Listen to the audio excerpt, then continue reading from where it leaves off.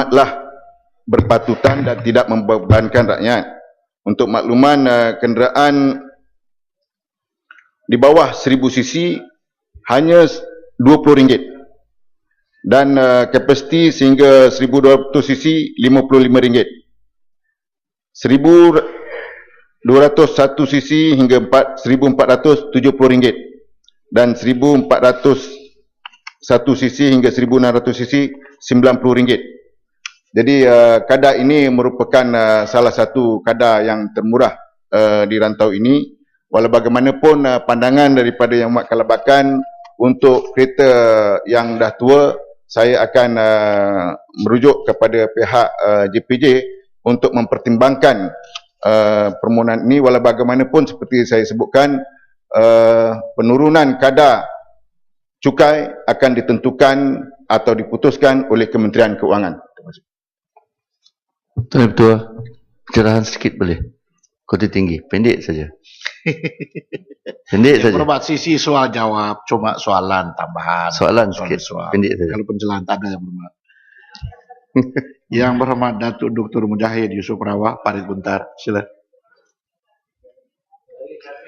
Saya agak bergaya Tuan Yang Dipertua, soalan saya nombor 2.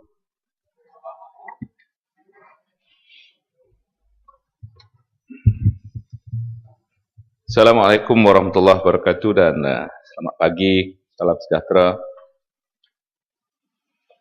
Terima kasih kepada ahli yang berhormat Tan Sri Yang Dipertua bagi menjawab soalan daripada Parit Buntar berkaitan dengan bangunan hijau. Sukalah saya menyebut di sini bahawa teknologi hijau merujuk kepada pembangunan dan aplikasi produk, peralatan serta sistem untuk memelihara alam sekitar dan alam semula jadi dan meminimumkan atau mengurangkan kesan negatif daripada aktiviti manusia. Antara objektif dasar teknologi hijau negara adalah untuk mengurangkan kadar peningkatan penggunaan tenaga dalam masa yang sama meningkatkan pembangunan ekonomi. Untuk membantu pertumbuhan dalam industri teknologi hijau dan meningkatkan sumbangannya kepada ekonomi negara. Untuk meningkatkan keupayaan bagi inovasi dalam pembangunan teknologi hijau dan meningkatkan daya saing dalam teknologi hijau di persada antarabangsa. Untuk memastikan pembangunan mapan dan memelihara alam sekitar untuk generasi yang akan datang. Untuk meningkatkan pendidikan dan kesedaran awam terhadap teknologi hijau. Salah satu daripada komponen dalam teknologi hijau ini adalah berkaitan dengan green building ataupun green building index. Jadi dalam soal ini kerajaan sangat komited dalam menggalakkan pihak swasta dan industri mengadaptasi ciri-ciri hijau dan cekap tenaga di premis-premis dan bangunan perniagaan. Galakan ini disokong dengan pelbagai insentif yang ditawarkan kepada pemilik bangunan hijau yang telah mendapat persijilan penuh Green Building Index, iaitu melalui Completed Verified Assessment (CVA). Bagi pemilik bangunan yang telah mendapat persijilan penuh GBI, mereka layak memohon pengecualian cukai sebanyak 100% ke atas perbelanjaan modal bagi mendapatkan penarafan GBI untuk bangunan tersebut. Pengecualian cukai ini boleh dipohon terus kepada pihak lembaga hasil dalam negeri semasa penyerahan maklumat mengenai pendapatan tahunan dan juga cukai tafsiran. Namun pengecualian ini adalah tertakluk kepada persijilan penuh GBI yang pertama bagi bangunan yang berkenaan dan terpakai bagi bangunan yang mendapat penarafan GBI bermula dari 24 hari bulan Oktober 2009 sehingga 31 Disember 2014. Sementara itu bagi pembeli yang membeli bangunan atau premis yang telah mendapat persijilan penuh GBI, kerajaan menyediakan insentif pengecualian duty stamp ke atas pendaftaran bangunan tersebut Insentif ini adalah terpakai aktiviti jual beli sepanjang tempoh 24 Oktober 2009 sehingga 31 Disember 2014. Sehingga kini, sebanyak 15 buah bangunan daripada 144 buah bangunan telah mendapat persetujuan awal GBI melalui proses Design Assessment, DA, dan telah melalui CVA dalam mendapatkan persetujuan penuh. Daripada 15 buah bangunan ini, hanya 12 bangunan saja yang layak untuk memohon insentif tersebut. Kerana 3 daripada bangunan itu adalah bangunan kerajaan dan tidak layak memohon insentif. Terima kasih. Bentar. Terima kasih Tuan Di-Pertua. Saya mengamati jawapan tadi dan amat menyokong usaha-usaha dasar hijau ini. Cuma saya mencadangkan bagi mengangkat terus dasar ini, konteks green building, saya mencadangkan diwujudkan satu zon hijau, di mana di dalam zon itu konsep bangunan seperti yang disebut oleh Menteri tadi dapat diwujudkan sehingga ia dapat menjadi satu perintis kepada kejayaan negara kita dalam melaksanakan konsep hijau yang ini terpakai di dalam bangunan-bangunan hampir di seluruh negara hari ini. Seterusnya, saya juga ingin minta penjelasan sejauh manakah pihak berkuasa tempatan yang meluluskan bangunan-bangunan ini semua memahami konsep ini, kerana kalau kita mahu melaksanakan dasar, perlu ada satu garis panduan bagi meluluskan bangunan yang dikatakan hijau ini untuk mereka yang membina bangunan ini mengikut spesifikasi, dan PBT juga harus memberikan panduan bagi mewujudkan zon di setiap kawasan apa yang dinamakan sebagai zon hijau, termasuklah juga dari sudut energy saving, termasuk juga material, termasuk juga struktur bangunan, kerana konsep bangunan hijau ini bukan hanya sekadar bangunan, tetapi dia adalah merupakan package, termasuklah warga yang duduk dalam bangunan hijau itu sendiri perlu membudayakan gaya kerja yang menuju kepada menjaga alam sekitar dan mengurangkan kos penggunaan tenaga. Jadi saya mohon pada Menteri untuk bagi penjelasan dan sejauh mana hubungan dasar hijau ini dilaksanakan di peringkat PBT bagi memudahkan supaya dasar hijau ini terlaksana, dan adakah insentif yang disebut akan berakhir 31 Disember 2014 akan diteruskan untuk memberi insentif seterusnya. Terima kasih Tuan Di-Pertua. Tan Sri Yang Di-Pertua, terima kasih pada Pak Untar. Yang pertamanya ialah mengenai dengan zon hijau yang Berhormat Pak Untar cadangkan. Dia merupakan satu pandangan yang baik, dan sekarang ini program zon hijau ini sebenarnya adalah sedang diusahakan oleh pihak kerajaan negeri, dan salah satu kerajaan negeri yang mengambil inisiatif untuk mewujudkan zon hijau dengan konsep bangunan ini adalah Kerajaan Negeri Melaka pada waktu ini. Bagi PBT, pihak berkuasa tempatan pada waktu ini sudah, kerana kita memulakan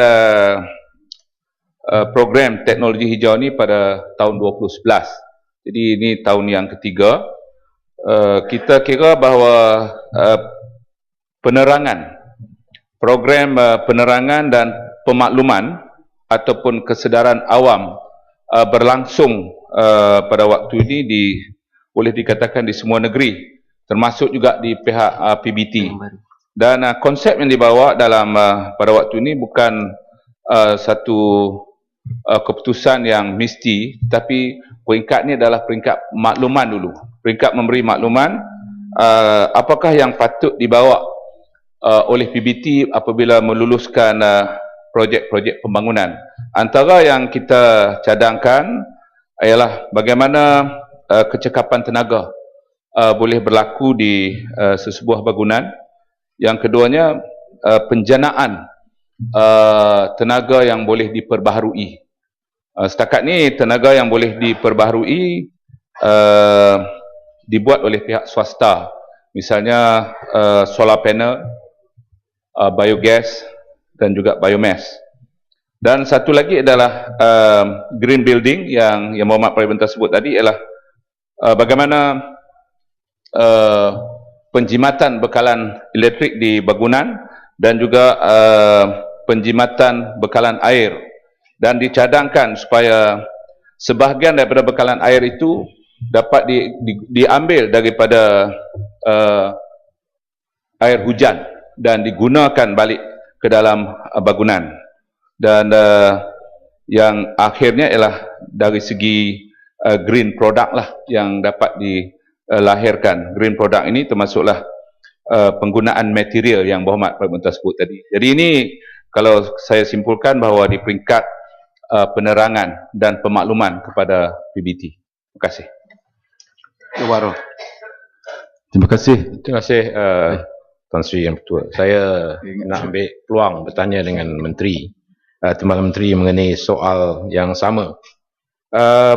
Pertamanya, sebelum saya tanya, saya ingin menyatakan bahawa tak salah saya. Wilayah Iskandar sudah pun dikenal pasti sebagai sebuah zon ataupun wilayah yang akan mengamalkan konsep carbon zero carbon atau mengurangkan emission carbon. Maknanya ianya lah selain daripada negeri Melaka, negeri Melaka atau PBT Melaka, wilayah Iskandar harus dimasukkan dalam senarai pihak kementerian. Tetapi soalan saya begitu mudah. Kita melihat begitu banyak insentif yang diberikan kepada sektor swasta untuk mengambil tindakan bagi mewujudkan bangunan Green Building Index dan penggunaan energi yang dapat kita semula dan sebagainya. Bagaimana pula pandangan kementerian kalau kita jadikan bangunan parlimen ini sendiri yang tentunya menggunakan begitu banyak tenaga dan juga menggunakan air yang banyak, sedangkan kita mempunyai bangunan yang begitu luas. Apakah kementerian tidak pula pernah mencadangkan kepada parlimen untuk diwujudkan bangunan parlimen ini sebagai ikon bangunan hijau ataupun ikon penggunaan tenaga yang lestari supaya ia menjadi contoh kepada negara kita?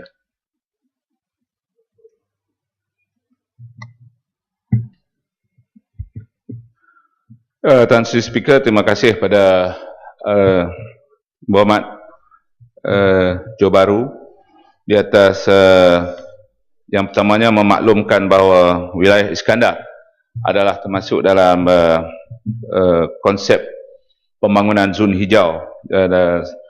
Ini boleh disebut disekalikan dengan kerajaan negeri Melaka yang saya sebut tadi.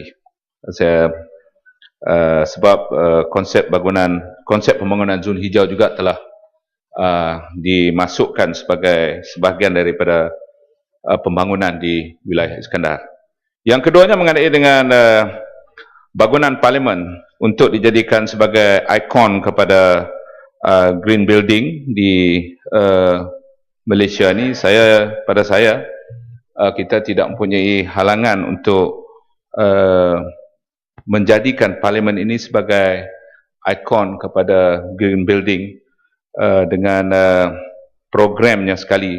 Cumanya barangkali pihak parlimen sendiri kena mengambil daya inisiatif untuk mengemukakan cadangan itu kepada kementerian, sebab apabila kita nak jadikan parlimen ini, dia melibatkan tambahan perbelanjaan untuk parlimen mendapat Green Building Index.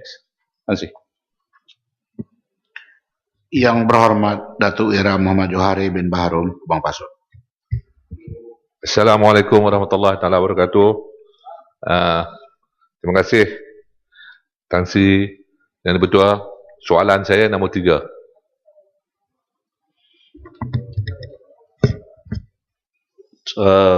Selamat pagi Tuan Sri Yang Dipertua. Untuk menjawab soalan nombor 3, untuk makluman yang berhormat, sejajar dengan ucapan dasar yang amat berhormat Perdana Menteri semasa pembentangan bajet tahun 2011 pada 15 Oktober tahun 2010, Jabatan Hal Ehwal Orang Asli telah dijenamakan semula sebagai Jabatan Kemajuan Orang Asli. Sebab soalannya menanya tentang Jabatan Hal Ehwal Orang Asli tadi. Seiring dengan penjenamaan semula Jabatan Kemajuan Orang Asli, iaitu JAKWA, pada 8 Januari tahun 2011, peranan dan tanggungjawabnya telah diperkukuhkan dengan misi dan visinya melaksanakan pembangunan secara inklusif bagi meningkatkan taraf sosioekonomi mereka dan juga kualiti hidup ke arah kemajuan setanding dengan masyarakat umum. Berhubung persoalan yang berhormat seterusnya, bilangan penduduk orang asli yang didaftarkan berdasarkan banci penduduk tahun 2010 adalah berjumlah 178,197 orang, meliputi 36,658 ketua isi rumah dengan purata 5 orang saiz ahli isi rumah. Manakala jangka pertumbuhan penduduk sehingga tahun 2020 ialah pada kadar 2.59% setahun. Untuk makluman yang berhormat juga, selaku agensi yang bertanggungjawab terhadap keperluan masyarakat orang asli, Kementerian Kemajuan Luar Bandar dan Wilayah menerusi Jabatan Kemajuan Orang Asli telah menyediakan kemudahan perumahan yang selesa dan selamat menerusi pelaksanaan program bantuan rumah PBR kepada masyarakat orang asli yang meliputi bina baru dan baik pulih. Bermula rancangan Malaysia ke-8 hingga kini, sebanyak 13,632 projek PBR telah dilaksanakan kepada masyarakat orang asli yang melibatkan peruntukan berjumlah 235.4 juta ringgit. Berdasarkan data keperluan PBR terkini, sebanyak 2,683 unit rumah diperlukan oleh masyarakat orang asli dan pihak kerajaan begitu komited untuk melaksanakan projek tersebut secara konsisten dan berperingkat-peringkat mengikut keupayaan kewangan kerajaan. Pihak kerajaan ataupun pihak kementerian menerusi Jabatan Kemajuan Orang Asli perlu mengkaji serta meneliti keperluan projek program pembangunan masyarakat orang asli dari masa ke semasa. Kerana isu-isu yang melibatkan masyarakat orang asli bukan sahaja tertumpu kepada usaha-usaha penyediaan kemudahan rumah PBR, namun begitu fokus juga perlu diberikan kepada pembangunan infrastruktur di kawasan penempatan, pembangunan modal insan termasuk pendidikan dan kemahiran serta pelaksanaan projek-projek ekonomi yang berupaya meningkatkan pendapatan masyarakat orang asli. Menerusi usaha-usaha kerajaan yang berterusan ini akan dapat memastikan bahawa kumpulan minoriti ini dapat bergerak seiringan dengan masyarakat umum di dalam arus perdana. Sekian, terima kasih. Bang Basu. Terima kasih Timbalan Menteri yang telah memberi jawapan tadi. Saya melihat bahawa kemajuan orang asli memanglah kita sudah lihat semakin hari semakin maju sejajar dengan kemajuan negara. Walau bagaimanapun kita lihat masih ada peluang-peluang, ruang-ruang yang kita boleh menaikkan taraf hidup mereka. Terutama sekali kebanyakan orang asli ini ialah mereka yang terlibat dalam pekerjaan yang berasaskan kepada pertanian. Kebanyakan mereka. Saya ingin nak tahu apakah usaha yang telah dimainkan oleh kementerian dan juga Jabatan Kemajuan Orang Asli sekarang ini untuk mewujudkan masyarakat orang asli yang maju kalau boleh sebaris dengan Bumi Putra yang lain. Kerana kita lihat bahawa menjelang tahun 2020 kita sudah mencapai negara maju. Dan kalau kita lihat daripada jumlah yang disebutkan oleh Timbalan Menteri tadi ialah penduduk orang-orang asli ini tak sampai pun 200,000. Kalau boleh kita bagi tumpuan supaya mereka juga menikmati segala kemudahan yang kita kecapi, iaitu dari segi perumahan dan sebagainya. Kalau kita tengok, kita pergi ke Cameron Highland, semasa kita turun jalan Cameron Highland, kita lihat mereka hidup dalam keadaan masih daif, dan kalau kita tengok masih tidak ada bekalan air dan juga elektrisiti yang mencukupi. Jadi saya rasa usaha ini perlu dilipat ganda kerana jumlah mereka terlalu sikit, hanya 200,000 saja. Terima kasih Yang Berhormat. Banyaknya pandangan Yang Berhormat tu memang begitu tepat sekali lah untuk kita lebih memain peranan untuk kita membela masyarakat orang asli ini. Dan sebenarnya dalam ucapan tadi banyak juga sudah dijawab. Tetapi saya ingin maklum kepada Yang Berhormat, pada keseluruhannya kita ada ringkasan plan strategik kemajuan orang asli yang kita rangka dari tahun 2011 hingga 2015. Dalam kesemuanya jumlah yang begitu besar 1.5 bilion akan dibelanjakan dalam masa 2011 ke 2015 yang merangkumi pembangunan modal insan dan menggerakkan kegiatan ekonomi dan industri berdaya maju, berdaya saing dan berdaya tahan secara bersepadu di kalangan mereka, perluasan akses prasarana, meningkatkan tahap kesihatan masyarakat orang asli, menyelidik, mengumpul, memelihara dan mengetengahkan pengetahuan tradisional dan warisan orang asli, dan juga memantapkan sistem perkhidmatan tabir urus yang baik. Sebab ini juga penting untuk memain peranan yang keseluruhannya. Sekian, terima kasih. Tabarok. Terima kasih Tan Sri Yang Di-Pertua, terima kasih Yang Menteri, dan terima kasih juga kepada Kanda saya Kubang Pasu, soalan yang cukup baik, cukup penting mengenai orang asal ini. Yang Berhormat Tan Sri Yang Di-Pertua, daripada jawapan pihak kerajaan tadi dan juga fakta yang diberikan oleh Kubang Pasu, memang jelas masyarakat orang asli di negara kita ini tidak ramai. Semalam Lumut beritahu fakta yang agak tepat, jumlahnya 142,000 orang saja, tidak ramai. Tetapi nampaknya usaha kerajaan untuk membela nasib mereka ini dan memberikan hak yang sepatutnya kepada mereka ini belum lagi nampak dengan jelas. Terutamanya yang saya nak tahu daripada kerajaan, apakah langkah yang telah diambil oleh kerajaan mengenai suatu usaha yang telah dibuat oleh Suhakam, Suruhanjaya Hak Asasi Manusia Malaysia, yang beberapa tahun yang lepas telah membuat suatu inquiry nasional mengenai hak tanah orang asal. Kerana terlalu banyak aduan-aduan yang mungkin diterima oleh pihak Suhakam dan juga mungkin pihak kerajaan, pihak Jabatan Kebajikan Orang Asli, yang mana masalah tanah orang asli ini, tanah adat dan sebagainya, masih belum diselesaikan. Walaupun jumlah mereka itu kecil dan juga perkara ini sudah lama dibangkitkan. Jadi saya nak dapat penjelasan daripada Yang Menteri, apakah langkah telah diambil oleh kerajaan hasil daripada inkuari yang telah dibuat oleh Suhakam. Terima kasih Tan Sri. Ya, sebenarnya isu ini adalah masih dalam konsultasi, di mana stakeholders adalah terlibat, termasuk masyarakat orang asli dan termasuk juga pemimpin-pemimpin di peringkat masyarakat orang asli dan kerajaan dan agensi-agensi yang berkenaan. Jadi buat masa sekarang kita belum lagi dapat mengumumkan apa dia keputusannya sebab dia masih dalam peringkat konsultasi, dan kita berharaplah tiba masanya nanti boleh diumumkan kepada umum. Sekian, terima kasih. Yang berhormat Tuan M. Kulasigaran, Ibu Barat. Terima kasih Tan Sri. Soalan saya yang keempat. Terima kasih Tan Sri Yang Di-Pertua yang dikasihi.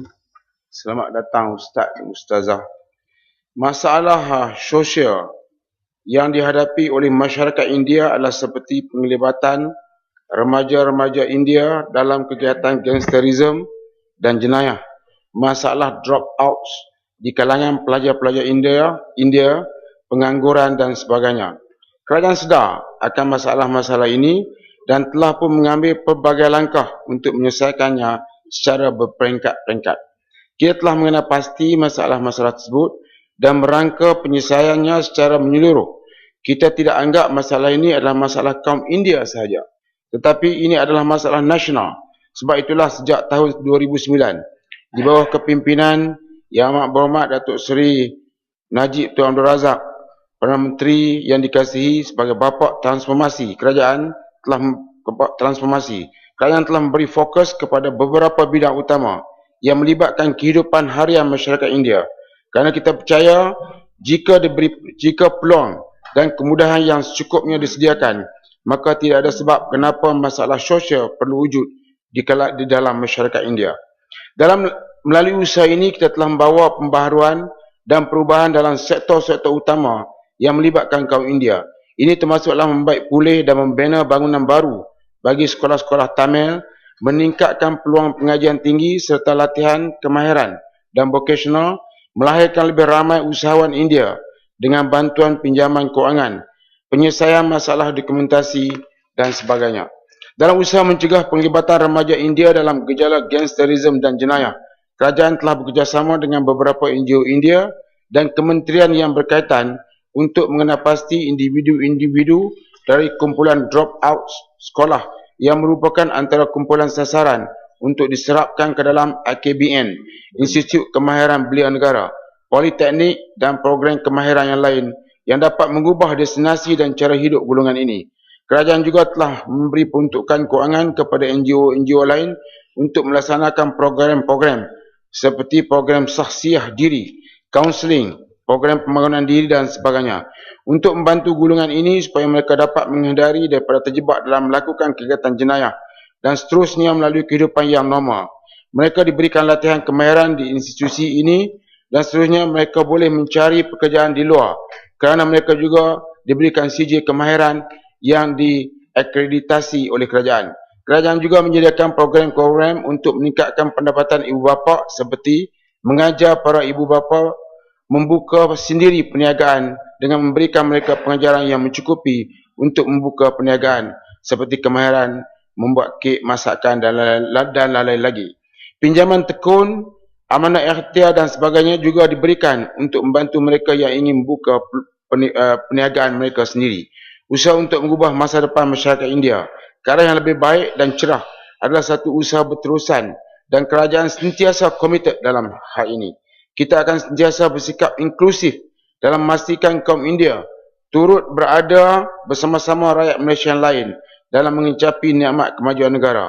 Melalui usaha-usaha kerajaan, kami percaya jurang perbezaan di antara yang miskin dan kaya dapat dikurangkan berperingkat-peringkat dan seterusnya menyelesaikan masalah sosial yang wujud dalam komuniti India. Terima kasih. Pak Barat. Terima kasih, Tan Sri. Tan Sri, dari apa yang telah diberitahu oleh Yang Berhormat Menteri, nampaknya semua usaha telah dibuat.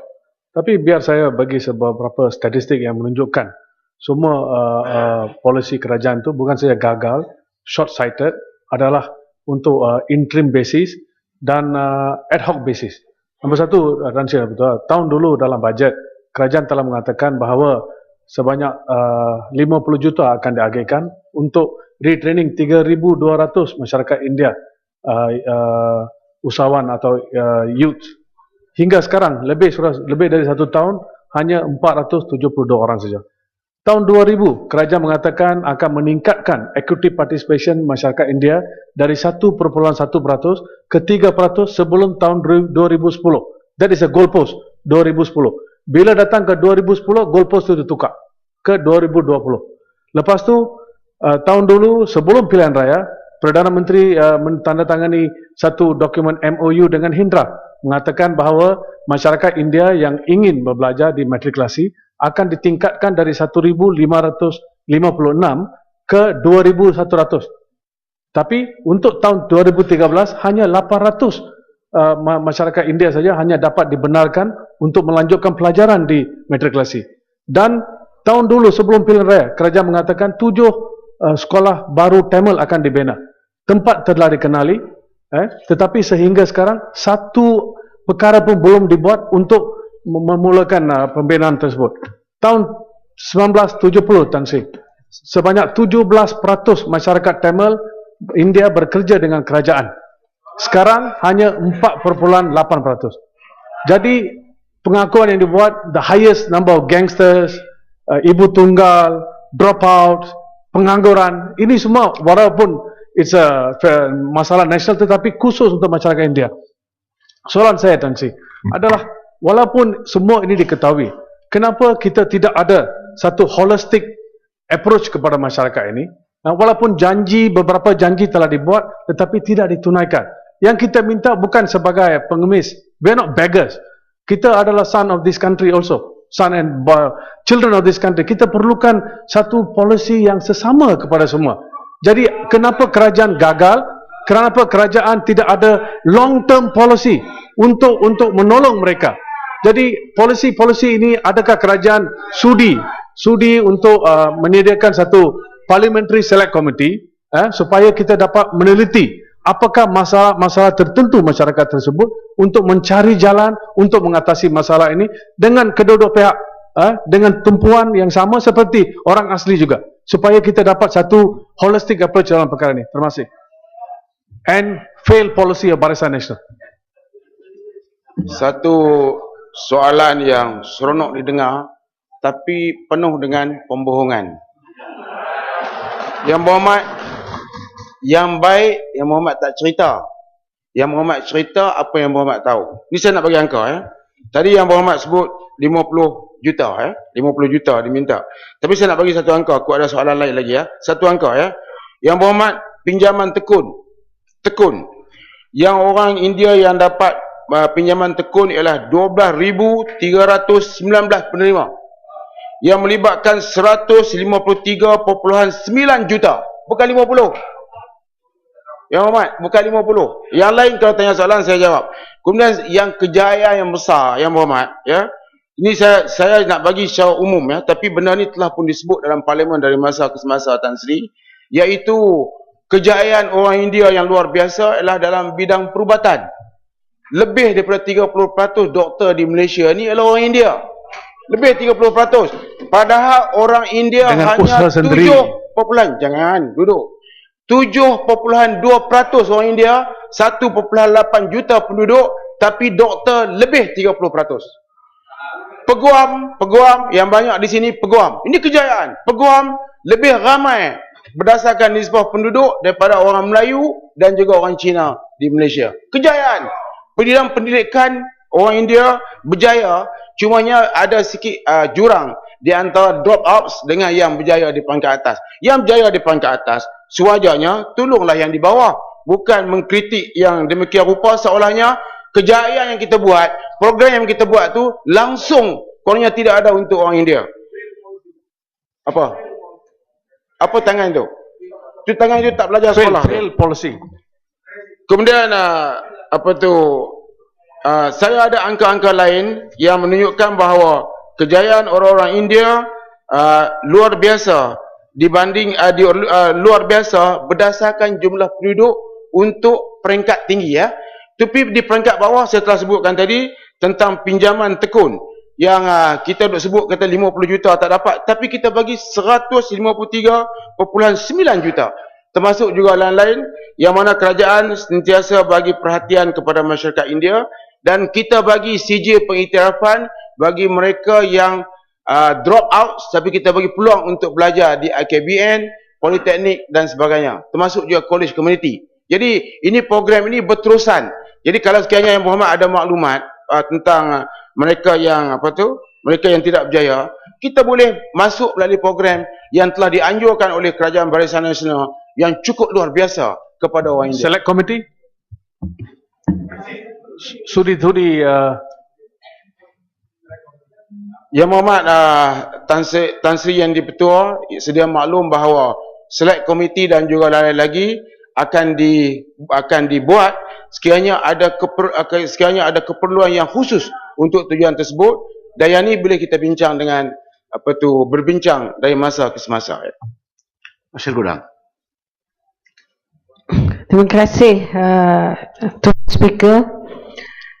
Saya suka ingin menambah di sini sebelum bertanya soalan bahawa suka kita merakamkan penghargaan kepada Yang Amat Berhormat Perdana Menteri kita kerana sangat mengambil perhatian dan inisiatif untuk memastikan semua kaum terbela di dalam negara ini. Jadi ini telah dibuktikan dengan pengumuman beliau semasa bajet baru-baru ini dengan beberapa pengumuman disebut khusus untuk kaum India. Jadi penghargaan ini tidak boleh diperkecilkan oleh mana-mana pihak. Sehubungan dengan itu, saya suka nak minta menteri menjelaskan di sini.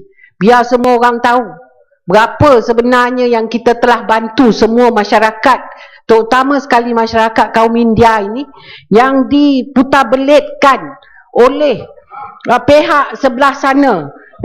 Soal holistik lah, soal apa.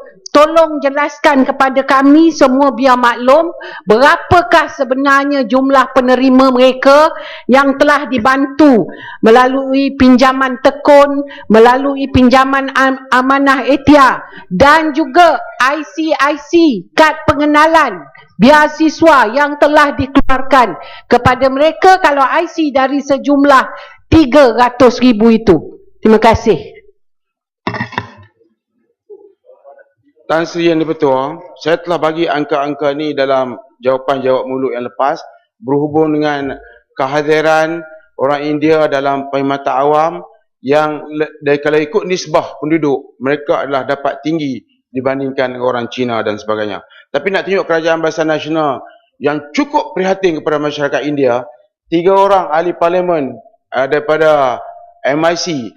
Kita ada 2 menteri dan juga seorang timbalan menteri. 4 orang yang berhormat. Dan ni 2 menteri, 2 timbalan menteri. Ya, 2 timbalan, 4 ahli parlimen. Walaupun saya bukan dalam kerajaan, saya pun tahulah. Saya sebut MIC ya.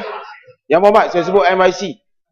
Saya sebut MIC. MIC 4. 2 menteri, 2 timbalan menteri. Ya, timbalan menteri yang seorang lagi. Walaupun UMNO tidak mengiktiraf mereka, ini adalah benar. Ya, benar. Okey, tak apa. Tapi yang penting, saya sebut 3, yang Umat sebut 4. Demikianlah pengiktirafan yang luar biasa yang Kerajaan Barisan Nasional bagi kepada orang India. Tapi kadang-kadang, orang India sebelah sini, dia menghargai dan bersyukur di atas pemberian yang telah dibagikan. Tapi yang belah sana, semua tak betul. Tadi saya sebut tentang tekun. Tekun kita dah 153.9 juta kepada 12,319 penerima. Kemudian amanah ikhtiar. Amanah ikhtiar untuk orang-orang miskin. Kita bagi kepada 7,714 penerima yang melibatkan RM47.5 juta kepada orang India. Yang Muhammad, angka tu lebih daripada yang Muhammad sebutkan. Yang Muhammad wawakan seluruh Malaysia bahawa orang-orang India tidak dapat IC sebanyak 300,000 orang. Pembohongan yang luar biasa. Yang Muhammad dalam program My Data yang kita buat 1 tahun, yang datang daftar dengan kita dan kita bagi terus IC hanya 6,590. Tidak seperti 300,000. Tidak seperti yang Muhammad sebut kata ada pengundi Bangladesh 40,000. Lain ditolak. Tidak ada seorang pun pengundi Bangladesh dalam pilihan raya. Baru-baru ni yang Muhammad juga sebut bahawa ada pengundi Bangladesh yang diserahkan melalui polis dan tentera. Bohong. Padahal hanya 12 orang Bangladesh yang menjadi warga negara Malaysia dan tidak ada satu orang pun Bangladesh yang mengundi dalam pilihan yang lepas ataupun menjadi polis dan tentera. Kenapa bising benda yang betul? Yang orang India, yang Muhammad berterima kasih kepada kerajaan. Tapi kadang-kadang pihak DAP ni suka pergi berpusing-pusing sikit di sana. Terima kasih. DAP cakap benar. Silah, Mersi. Terima kasih, Tan Sri. Yang berhormat menteri, kalau jawab makin lama makin bagus. Kalau pakai serban lagi cantik. Tan Sri yang betul. Di Johor, di RU ke-13, orang Melayu sokong Barisan Nasional 84%. Etnik India 73%. Etnik Cina 19%. Sebahagian daripada masalah orang India adalah sangat berkaitan dengan tanah. Sebagai contoh, di Johor, isu yang berkaitan dengan sosial pada etnik India ni tidak sangat menjadi perkara pokok kerana kerajaan negeri bila dia bangunkan estate untuk buat pembangunan, mereka menetapkan beberapa polisi yang sangat pragmatik. Pertama, masyarakat India di situ diberi keistimewaan untuk membeli rumah pada harga yang amat berpatutan. Satu. Dua, ada dikekalkan sekolah Tamil. Maknanya walaupun pembangunan ada, mereka masih duduk dalam kawasan tersebut dan tidak dipecah-pecahkan. Soalan saya, adakah satu dasar yang boleh dibuat walaupun perkara tanah ini adalah di bawah kerajaan negeri, di antara kerajaan pusat dengan kerajaan-kerajaan negeri, supaya pembangunan-pembangunan yang melibatkan etnik India diambil kira bagi memastikan pembangunan tidak menghancurkan fabrik sosial budaya masyarakat India. Terima kasih. Tan Sri Yang di-Pertua, soalan yang cukup baik dan saya rasa merupakan satu tawaran daripada pengurusi SPMB, Syarikat Perumahan Negara, yang inilah yang saya rasa kita nak dengar dan ini sudah menjadi kenyataan. Tugas SPMB untuk berunding dengan kerajaan negeri, dapatkan tanah, bangunkan dan pastikan kehadiran orang India di semua peringkat kalau sekiranya mereka bermustaqil di tempat yang berkenaan. Kita berterima kasih kepada orang India yang telah menyokong Barisan Nasional, dan Barisan Nasional adalah satu parti yang sentiasa membalas budi kepada orang yang berbudi. Itu sebab kehadiran mereka mereka berada dalam kabinet sebanyak 2 orang, 2 menteri dan juga 2 timbalan menteri. Jadi yang ini saya rasa polisi ini berterusan dan bukan saja perumahan, serta yang lain-lain juga kita bagi orang kata perhatian dari masa ke semasa. Semasa saya jadi menteri besar di peringkat negeri dulu, walaupun orang India cuma tak sampai 3,000 orang, tapi mereka mendapat hak lebih daripada yang sewajarnya, memikirkan golongan yang bawah itu perlu diberi pembelaan. Mereka dapat sama seperti orang lain dan dalam keadaan tertentu mereka dapat lebih lagi untuk membolehkan mereka duduk bersama dengan masyarakat. Jadi saya setuju dan minta dalam siaran terus-menerus ni supaya kerajaan negeri memberi perhatian kepada SPMB dan juga lain-lain syarikat perumahan supaya orang India terus dapat bersama seperti sekarang dan dalam masa yang sama cuba matikan pemikiran-pemikiran songsang yang dibuat oleh sekumpulan cerdik orang India yang cuba memutarbalikkan angka dari masa ke semasa. Jangan putarbelik. Yang berhormat kena ikhlas dengan orang India, bagi tahu ini kerajaan Barisan Nasional bagi. Apa yang saya cakap semua benar. Dan facts and figures are all kita correct. pun jadi lawyer sebab you berada dalam kerajaan Barisan Nasional. Semua ni, lawyer, doktor ni bekerja Barisan Nasional. Kalau kerajaan lain kita tak tahu. Kalau dia ada di tempat tu mungkin jadi lain. Tapi berada di Malaysia, kita menjadi ahli parlimen dan juga menjadi orang yang baik dan ternama. Terima kasih Tan Sri. Masih ada yang berhormat soalan nombor 5 daripada Tanjung Malim dan soalan nombor 6 daripada Rantau Panjang tidak dapat dijawab secara lisan memandangkan hal yang berhormat yang berkenaan tidak berada dalam Dewan Mesyuarat pada ketika ini. Soalan nombor 7 yang berhormat Tuan Anwar bin Abdul Manaf Sekijang. Bismillahirrahmanirrahim. Assalamualaikum warahmatullahi wabarakatuh dan salam satu Malaysia. Tuan Yang Dipertua, musim ini musim terkujuh. Soalan saya nombor 7.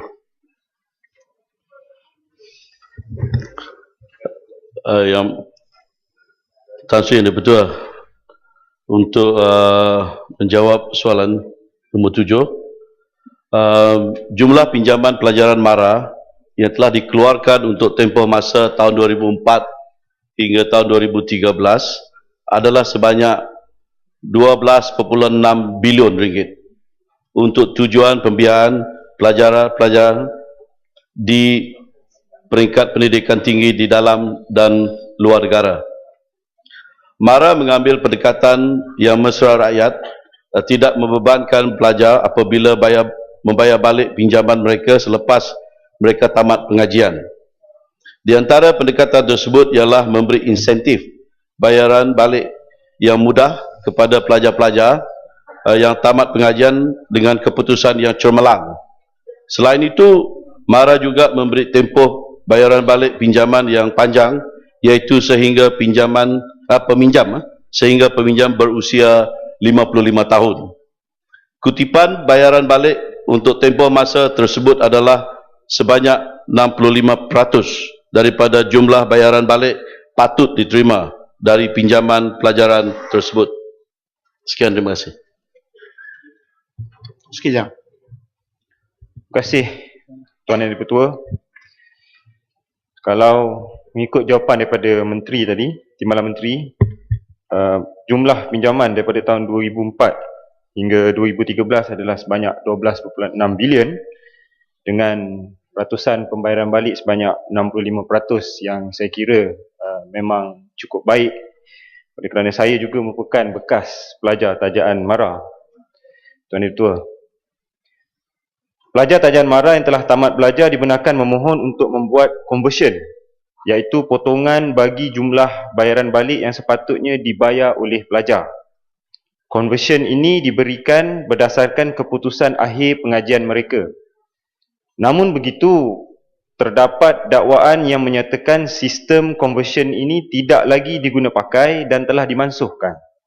Ini bermakna setiap pinjaman yang telah diberikan perlu dibayar balik secara penuh dan pelajar tidak lagi mendapat potongan diskaun walaupun pelajar tersebut mendapat keputusan yang cemerlang. Saya mohon Timbalan Menteri untuk menjelaskan adakah sistem conversion iaitu pinjaman boleh ubah ini masih terpakai dan apakah syarat-syarat serta jumlah potongan yang layak diterima pelajar yang memohon conversion ini, dan jika ya, berapakah jumlah pinjaman yang telah diluluskan conversion mereka bagi tempoh masa 10 tahun yang lalu. Terima kasih. Betul. Ya, Tan Sri Yang saya ingin meyakinkan Yang Berhormat Sekijang bahawa sistem conversion ini, pinjaman kepada beasiswa masih, saya tekankan masih berjalan, tetapi tiada lagi conversion boleh ubah secara 100% pinjaman pelajaran kepada beasiswa. Namun setiap pelajar boleh memohon untuk mengurangkan kadar bayaran balik pinjaman dan akan dipertimbangkan oleh pihak MARA secara case by case basis, dan kadar pengurangan adalah tertaluk kepada pihak MARA. Dan jumlah yang ketiga tu tadi, soalan untuk mendapat jumlah pinjaman pelajaran yang telah dilulus untuk di-convert kepada beasiswa bagi tempoh tahun 10 tahun yang lepas.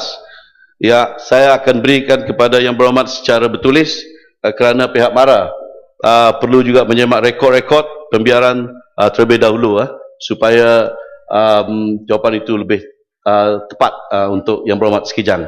Dan Yang Berhormat Sekijang, saya nak pastikan pada mula dalam soalan tambahan tadi, adakah Yang Berhormat Sekijang mengatakan 12 bilion tu bagaimana tadi? Sebab saya nak betulkan fakta. Sebab sebenarnya ringgit Malaysia 12.6 bilion tu adalah wang yang telah dikeluarkan oleh MARA dalam tempoh tahun 2004 dan 2013, bukan bayaran balik. Terima kasih. Bakri. Terima kasih Tan Sri Yang Di-Pertua memberi peluang kepada Bakri tanya soalan kepada Timbalan Menteri. Di sini saya nak tanya Menteri, adakah kementerian juga membantu peminjam-peminjam yang telah habis belajar ini mencari pekerjaan sama ada sektor awam atau swasta dan GLC? Jika ada, berapa jumlah yang berjaya dan tidak berjaya? Minta penjelasan, minta jawapan. Terima kasih. Yang berhormat Bakri ya. Mara memang hendak membela masyarakat Bumi Putra dan sedaya upaya boleh membantu, akan tetapi adalah terserah kepada individu lah untuk mencari kerja. Dan saya tidak ada data pada saya seperti yang diminta oleh Yang Berhormat Bakri. Sekian, terima kasih. Masih oleh Yang Berhormat, soalan daripada Yang Berhormat Kuala Nerus tidak dapat dijawab secara lisan, memandangkan oleh Yang Berhormat yang berkenaan tidak berada dalam Dewan Mesyuarat pada ketika ini. Soalan nombor 9, Yang Berhormat Datuk Haji Irmuhizam bin Aziz Ibrahim, Kuala Selangor. Terima kasih Tan Sri Yang Dipertua. Soalan saya nombor 9. Terima kasih Tuan Ketua, terima kasih Muhammad Kuala Selangor. Jawapan ini panjang Tan Sri Yang Dipertua, tetapi saya cuba ringkaskan kerana ada dua bahagian. Kerajaan memang memberikan tumpuan kepada pembangunan PKS supaya menghasilkan produk yang berpotensi untuk menembusi pasar dan ekspor. Jadi antara aspek ini beri tumpuan dalam pembangunan PKS sudah tentulah kualiti pembukusan dan penyeramaan produk seperti pertanyaan yang diutarakan ini. Jadi MITI melalui SME ataupun SME Corp telah pun melaksanakan berbagai program bagi meningkatkan kualiti pembukusan dan penyeramaan produk PKS. Antaranya ialah SME Brand Development Program bagi mewujudkan kesedaran penyeramaan dan meningkatkan jenama tempatan di pasaran, dipasarkan di kalangan PKS melalui seminar, bengkel dan menawarkan khidmat nasihat melalui Pusat Inovasi Penyeramaan ataupun BIC. Program kedua ialah galeri bergerak, pembukusan dan penyeramaan atau dikenali sebagai brand transformer yang bertujuan untuk memberi pendedahan dan kesedaran mengenai kepentingan pembukusan dan penyeramaan serta meningkatkan pembukusan dan penyeramaan produk PKS, utamanya PKS di luar bandar. Jadi semenjak diperkenalkan pada tahun 2010 sehingga ini brand transformer telah menjelajah ke 76 lokasi di seluruh Malaysia dan 11,058 peserta berdaftar telah pun mendapat manfaat daripada bengkel bergerak ini. Ketiganya ialah National Mark of Malaysian Brand yang dilancarkan pada 2 Mac 2009 juga bermatlamat untuk mengiktiraf produk dan perkhidmatan Malaysia terutamanya PKS bagi membolehkan mereka meluaskan pasaran ke luar negara dan syarikat yang menerima persetujuan tersebut akan mendapat insentif daripada SME Corp Malaysia berbentuk dana latihan dan peluang menyertai program promosi perdagangan tempatan dan antarabangsa termasuk promosi yang bakal dianjurkan oleh Madrid. Dan sehingga ini 77 syarikat telah mendapat pengiktirafan tersebut. Soalan kedua berhubung dengan sijil One InnoCert. Program yang bermakna program Innovation Certification of Enterprise Rating and Transformation ataupun satu InnoCert dengan izin merupakan satu program persijilan yang diperkenalkan oleh kerajaan untuk mengenal pasti syarikat yang berinovasi dan berdaya maju. Terbuka kepada semua syarikat tanpa mengira saiz sama ada syarikat PKS ataupun syarikat besar.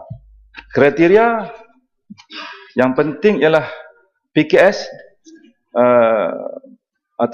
syarat atau kriteria PKS tersebut diperbadankan di Malaysia dan memenuhi definisi PKS. Juga perlu melalui penilaian tahap inovasi syarikat melalui proses penilaian secara atas talian. Jadi ini di antara syarat-syarat atau kriteria. Selain daripada permakahan yang dikenapakan adalah berdasarkan kepada inovasi teknologi, pengkomersialan teknologi, pengurusan inovasi teknologi dan keberkesanan inovasi teknologi di mana penilaian ini disahkan oleh pakar industri berkaitan yang dilantik oleh Sri Berhad sebagai agensi pelaksanaan untuk persijilan tersebut. Dan setakat ini sebanyak 90 syarikat PKS telah pun diiktiraf di bawah program One InnoCert. Faedah-faedah, ni akhir sekali Tuan Ketua tentang faedah-faedah. Sudah tentulah faedah dan keistimewaan yang diterima oleh syarikat yang telah dianugerahkan persijilan tersebut akan diberi keutamaan melalui dasar polisi laluan hijau di bawah Kementerian Kewangan. Itu yang di bawah Kementerian Kewangan. Saya boleh bagi jawapan bertulis kepada yang berhormat kerana di bawah Kementerian Kewangan. Tetapi di bawah MITI ialah SME Corp Malaysia telah memperkenalkan voucher inovasi khusus untuk syarikat-syarikat di bawah program tersebut yang bernilai RM400,000 diberikan kepada syarikat di bawah program Satu Innocent dalam bentuk geran pemadanan bagi membolehkan syarikat menjalankan aktiviti peningkatan produk dan proses pengurusan kualiti dan persijilan serta aktiviti promosi dan pemasaran produk. Selain daripada diberi keutamaan untuk menyertai program latihan dan pendedahan di bawah kelolaan kementerian dan agensi yang berkaitan dalam mempromosikan produk dan perkhidmatan bagi mereka, meningkatkan peluang perniagaan dan akses pasaran. Jadi kerajaan, akhir sekali, Tan Sri Ketua, kerajaan melalui MITI dan SME Corp akan terus berusaha membangunkan PKS supaya lebih berinovasi untuk kekal berdaya saing dan berdaya maju dalam ekonomi di dunia selaras dengan modal ekonomi baru. Sekian, terima kasih. Kuala Selang. Terima kasih Tan Sri Yang di-Pertua. Terima kasih kepada Yang Berhormat Menteri atas jawapan yang diberikan. Saya secara peribadi merakamkan penghargaan kepada pihak kerajaan kerana mencadangkan peruntukan pakej bersepadu sebanyak RM120 juta Malaysia merangkumi peningkatan kapasiti perusahaan kecil dan sederhana, terutama sekali dalam memastikan peningkatan inovasi dan juga produktiviti PKS. Saya melihat juga program satu daerah, satu industri seperti yang ada di Parlimen Kuala Selangor amat harap diperkasakan oleh pihak kementerian dalam meningkatkan pendapatan masyarakat luar bandar melalui pengeluaran barangan dan perkhidmatan yang dikenal pasti untuk pembangunan usahawan daerah yang ada di negara kita. Saya pohon penjelasan Yang Berhormat Menteri mengenai komitmen kerajaan untuk meningkatkan inovasi dan produktiviti perusahaan kecil dan sederhana melalui peruntukan dalam bajet 2014, dan saya juga ingin mengetahui sama ada kementerian ada menjalankan kursus-kursus dan seminar keusahawanan dari aspek pembangunan modal insan dalam membantu pengusaha PKS, terutamanya bagi generasi belia dan juga anak muda. Di sini saya juga ingin mencadangkan agar diwujudkan satu majlis pembangunan perusahaan kecil dan sederhana peringkat parlimen bagi memperkasakan dasar dan juga hasrat kerajaan dalam meningkatkan inovasi dan produktiviti perusahaan kecil dan sederhana. Terima kasih. Terima kasih Yang Berhormat Kuala Selangor. Ada dua bahagian. Pertamanya tentang cadangan penumpuhan majlis inovasi dan juga PKS di peringkat parlimen.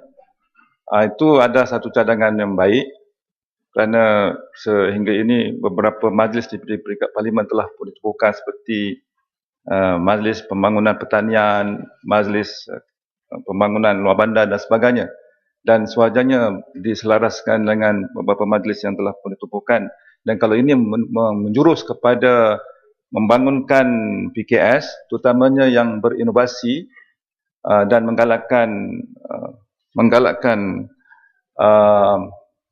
syarikat-syarikat PKS, kementerian amat memandang tinggi cadangan tersebut dan sudah tentulah memerlukan satu kerjasama yang menyeluruh dengan semua kawasan parlimen, dan dalam soal ini MITI boleh berbincang dengan BNBBC bagi tujuan menubuhkan majlis tersebut. Saya fikir tidak ada masalah yang besar. Tetapi kalau kita, bagi soalan kedua, kalau kita merujuk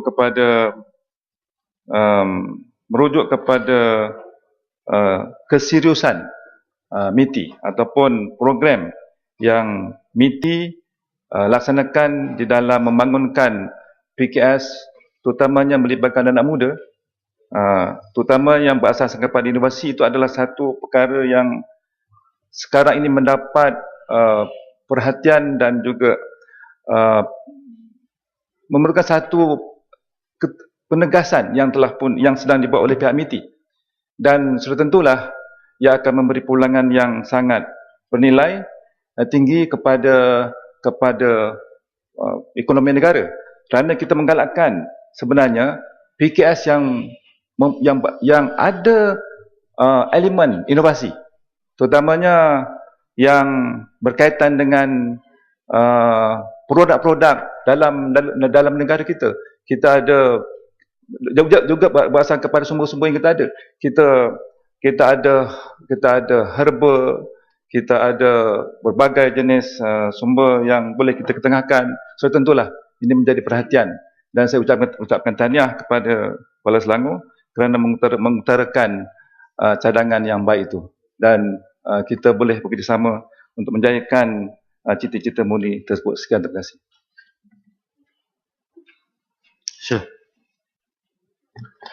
Tan Sri Yang Dipertua, saya dipahamkan bahawa SIRIM merupakan pakar packaging ataupun pembungkusan. Saya ingin mendapat maklumat daripada kementerian, bagaimana kementerian menggunakan kepakaran SIRIM ini untuk membantu PKS ataupun SME dalam melaksanakan branding mereka dan juga cara packaging atau pembungkusan mereka, supaya produk-produk mereka mudah mudah dapat tarikan pelanggan, dan mudah juga mungkin untuk dipasarkan di peringkat antarabangsa. Terima kasih. Terima kasih Imam Muhammad Lumut. Sebenarnya MITI melalui SME Corp sentiasa menjalankan kerjasama dengan semua pihak, termasuklah dan sudah tentulah pihak SIRIM, kerana kita perlu setiap produk dan setiap penjenamaan perlu mencapai tahap yang tinggi dan seboleh-bolehnya mencapai tahap antarabangsa untuk kita mengetengahkan setiap produk yang berjenama. Dan selalu pihak MITI menekankan bahawa jenama itu dua perkara. Pertama, dengan izin labeling. Kedua, nama tersebut. Dari segi labeling, Tan Sri Ketua, ialah seboleh-bolehnya sesuatu produk Malaysia itu, termasuklah produk di peringkat mikroindustri ini, boleh menggamit perhatian, malah selera orang ramai. Umpamanya kalau pandang keripik ubi, keripik kita yang paling mudah keripik lah, kan? Gambarnya adalah seolah-olah keripik yang tulen, bukan gambar saja. Pandang, selera naik, selera untuk makan keripik itu sampai ke tahap tu yang kita fikir. Dan kita mendapatkan kerjasama daripada SIRIM dan juga agensi lain di bawah MITI seperti MPC dan juga SME Corp. Sekian, terima kasih. Tan Sri, boleh soalan tambahan? Ini pembangunan kawasan. Soalan penting. Pendek saja. Sila Bakri. Okey. Terima kasih Tan Sri yang Dipertua yang baik dan bagus dan bijaksana. Sila. Dan saya nak tanya Timbalan Menteri ni, saya nak dapat senaraikan jumlah permohonan bagi persijil satu innocent jumlah yang didurus dan tidak didurus mengikut kawasan parlimen. Minta satu jawapan yang bertulis atau jawab di Dewan. Sekian, terima kasih. Tan Sri Ketua, seperti yang saya sebut tadi, yang memohon ada 340 syarikat, sebab dia terbuka kepada semua syarikat, tidak ada had, sama ada syarikat besar ataupun syarikat kecil. Dan setakat ini 90 syarikat PKS telah pun diiktiraf di bawah program 1 Innocert. Walau bagaimanapun saya tidak bolehlah nak menyenaraikan mengikut kawasan parlimen, oleh kerana bilangannya terlalu kecil. Saya fikir tak payahlah mengikut kawasan parlimen.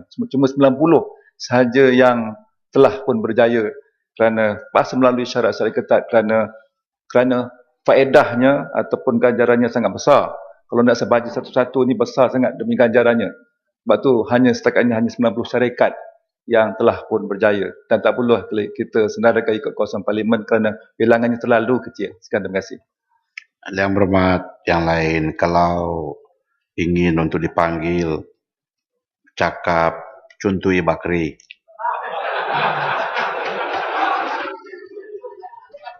Yang berhormat Tuan Haji Muhammad Rafizi bin Ramli, Pandan. Terima kasih Tan Sri Yang Dipertua. Menteri, soalan saya nombor 10. Terima kasih Yang Berhormat Pandan atas soalan yang spesifik. Tan Sri Yang Dipertua, untuk makluman Ahli Yang Berhormat Encik Adnan bin Baharudin telah dilantik secara pertukaran sementara sebagai Pengetua Grade DG 52 di College Melayu Kuala Kangsar atau MCKK Perak mulai 1 Julai 2010 hingga 30 Jun 2012. Beliau telah dilanjutkan tempoh pelantikan secara pertukaran sementara sebagai Pengetua Grade DG 52 di college yang sama dari 1 hari bulan Julai 2012 hingga 30 hari bulan Jun 2014. Kementerian Pendidikan Malaysia atau KPM telah memberaku permohonan pertukaran tetap pegawai tersebut kepada pihak Suruhanjaya Perkhidmatan Pendidikan atau SPP pada 30 hari bulan November tahun 2012. Walau bagaimanapun, SPP melalui email bertarikh 11 hari bulan Oktober tahun 2013 memaklumkan bahawa mesyuarat Suruhanjaya bertarikh 11 Oktober 2013 telah meminta supaya kementerian mengemukakan persetujuan daripada Ketua Setiausaha atau KSU selaku Ketua Jabatan untuk menyokong permohonan tersebut. Sehubungan itu, persetujuan daripada KSU KPM telah diperolehi pada 6 hari bulan November tahun 2013 dan telah dipanjangkan kepada SPP untuk tindakan selanjutnya. Sekian, terima kasih. Benar. Terima kasih Menteri yang jawapan tersebut. Perkara yang berlaku di MCKK iaitu salah sebuah institusi pendidikan yang terutama juga berlaku di tempat-tempat lain, iaitu soal penjawatan guru. Semua sekolah sewajarnya berhak mendapat guru yang terbaik dan berpengalaman. Cuma lazimnya banyak guru-guru yang berpengalaman ini pasangannya juga berjawatan yang baik. Jadi kebanyakan pasangan mereka berada di bandar-bandar yang besar dan sebab itu tumpuan kebanyakan guru-guru yang berpengalaman ini adalah di bandar-bandar yang besar, terutamanya di Lembah Kelang. Oleh kerana agihan pejawatan guru ini, posting ke sekolah-sekolah dibuat melalui Jabatan Pendidikan Negeri, maka sesetengah negeri mungkin tidak mempunyai bilangan guru berpengalaman yang mencukupi, terutamanya untuk sekolah-sekolah di desa.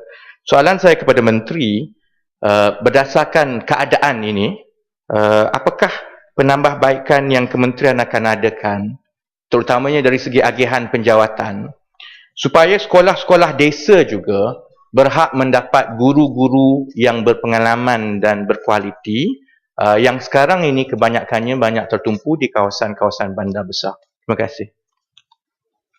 Terima kasih Yang Berhormat. Yang berkaitan dengan kaedah untuk menempatkan guru-guru di sekolah, ada beberapa syarat Kementerian Pendidikan Malaysia akan ambil kira. Ada sangat penting yang berkaitan dengan kriteria. Yang pertama adalah di mana perkhidmatan guru diperlukan. Yang kedua ada berkaitan dengan option guru dan kekosongan. Jadi memang Kementerian Pendidikan Malaysia sedang juga mengadakan satu bengkel untuk memastikan bahawa pertukaran guru yang dipohon oleh guru melalui e-pertukaran dapat diselesaikan. Tetapi walaupun saya bagi tahu bahawa usaha sedang dijalankan, kita mesti rujuk balik kepada ketiga-tiga kriteria yang tersebut tadi. Dan saya berharap bahawa usaha-usaha yang diambil oleh pihak Kementerian Pendidikan Malaysia akan membantu keperluan-keperluan sekolah khasnya di luar bandar supaya kita boleh dapat guru-guru yang berpengalaman juga. Dan selain daripada itu, untuk mempertingkatkan pengalaman atau profesionalisme guru-guru, memang Kementerian Pendidikan Malaysia mengadakan sesi perkembangan staf, sesi perkembangan profesionalisme staf dari masa ke semasa. Ini bermakna langkah ini diteruskan dan bukan menjadi satu program secara one-off dengan izin. Sekian, terima kasih. Sila yang Tan Sri, terima kasih Tan Sri Yang Di-Pertua. Dilihatkan bahawa Pandar masih prihatin kepada Kuala Kangsar, dan saya tahu sebab-sebabnya kerana apa, beliau merupakan pelajar MCKK dulu dan mendapat anugerah dan dia disampaikan oleh Matan Pauh. Itulah sebabnya Matan Pauh menjadi idola Pandan sehingga sekarang. Okey, kaitan MCKK, MCKK bukan sahaja sebuah pusat pengajian yang terulung, tetapi dia merupakan produk pelancongan dan juga telah terletak dalam bangunan warisan baru-baru ini dan mempunyai pelajar seramai 600 termasuk 150 untuk IB, International Baccalaureate, 150 orang.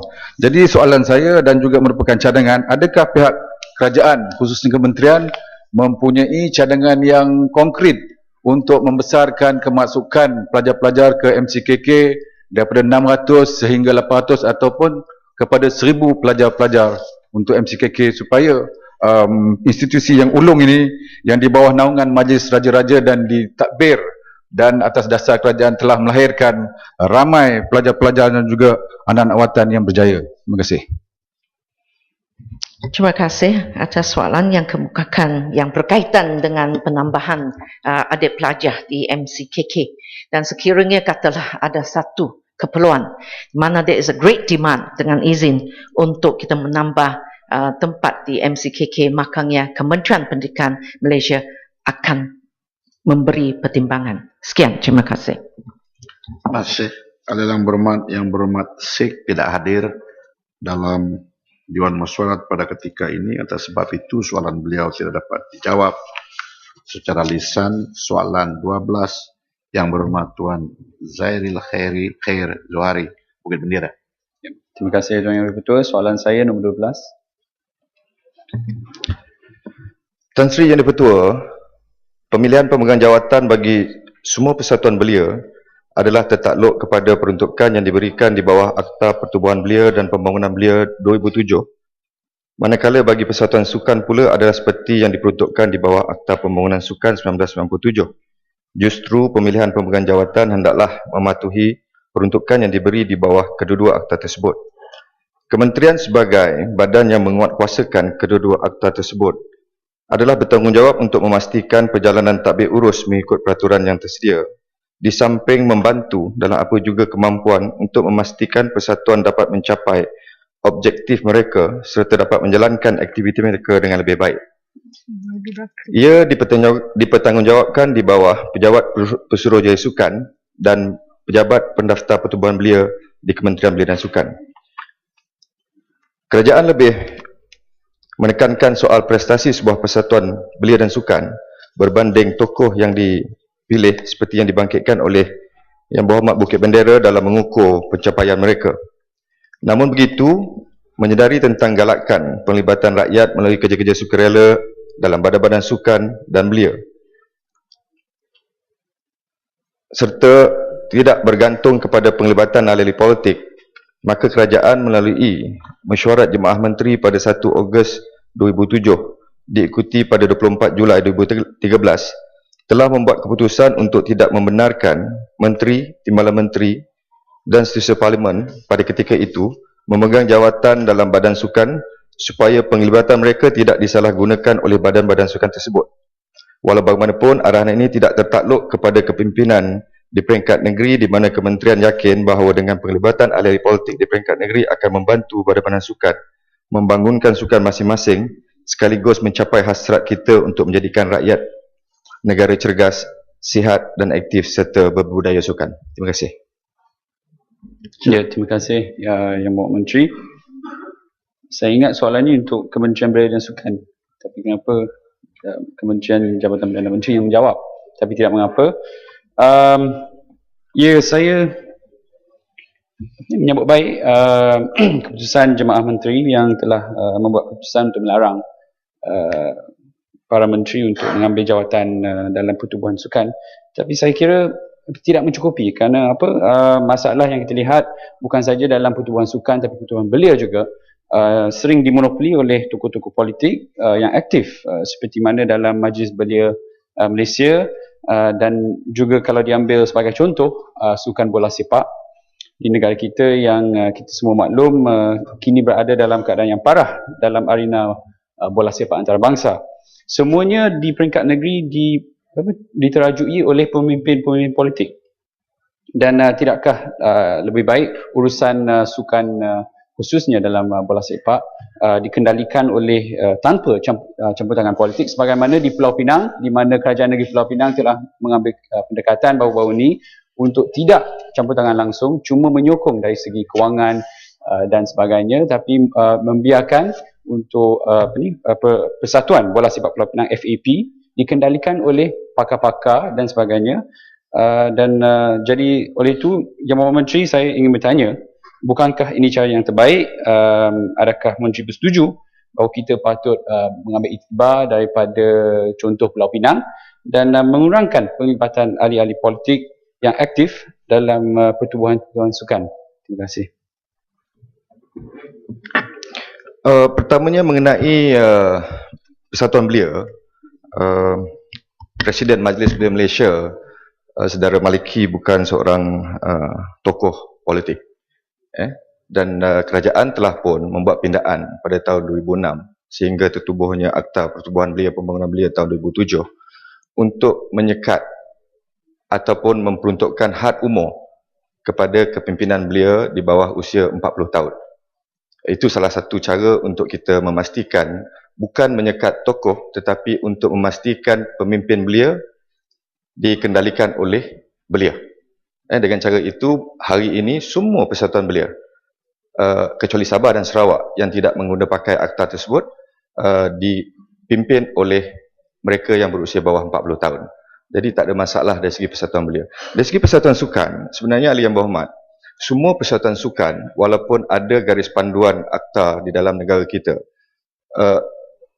tidak boleh ada penglibatan kerajaan di dalam menentukan perkara yang disebut oleh Yang Berhormat tadi kerana mereka mempunyai satu kuasa autonomi yang diberikan kepada persatuan yang dipilih oleh ahli-ahli persatuan kerana campur tangan kerajaan dalam menentukan perkara tersebut boleh bercanggahan. Contoh dalam FAM dia ada FIFA yang memantau perjalanan perkembangan dan mereka biasanya mengasingkan politik daripada sukan dan ini adalah satu convention yang diterima di seluruh dunia sehingga kalau Yang Berhormat sedar ada negara yang tak diiktiraf untuk menyertai satu-satu kejohanan seperti di Olimpik London baru-baru ini atlet negara tersebut terpaksa bertanding bawah nama Majlis Olimpik Antarabangsa bukan mewakili negara mereka kerana tindakan telah diambil atas campur tangan yang disebutkan.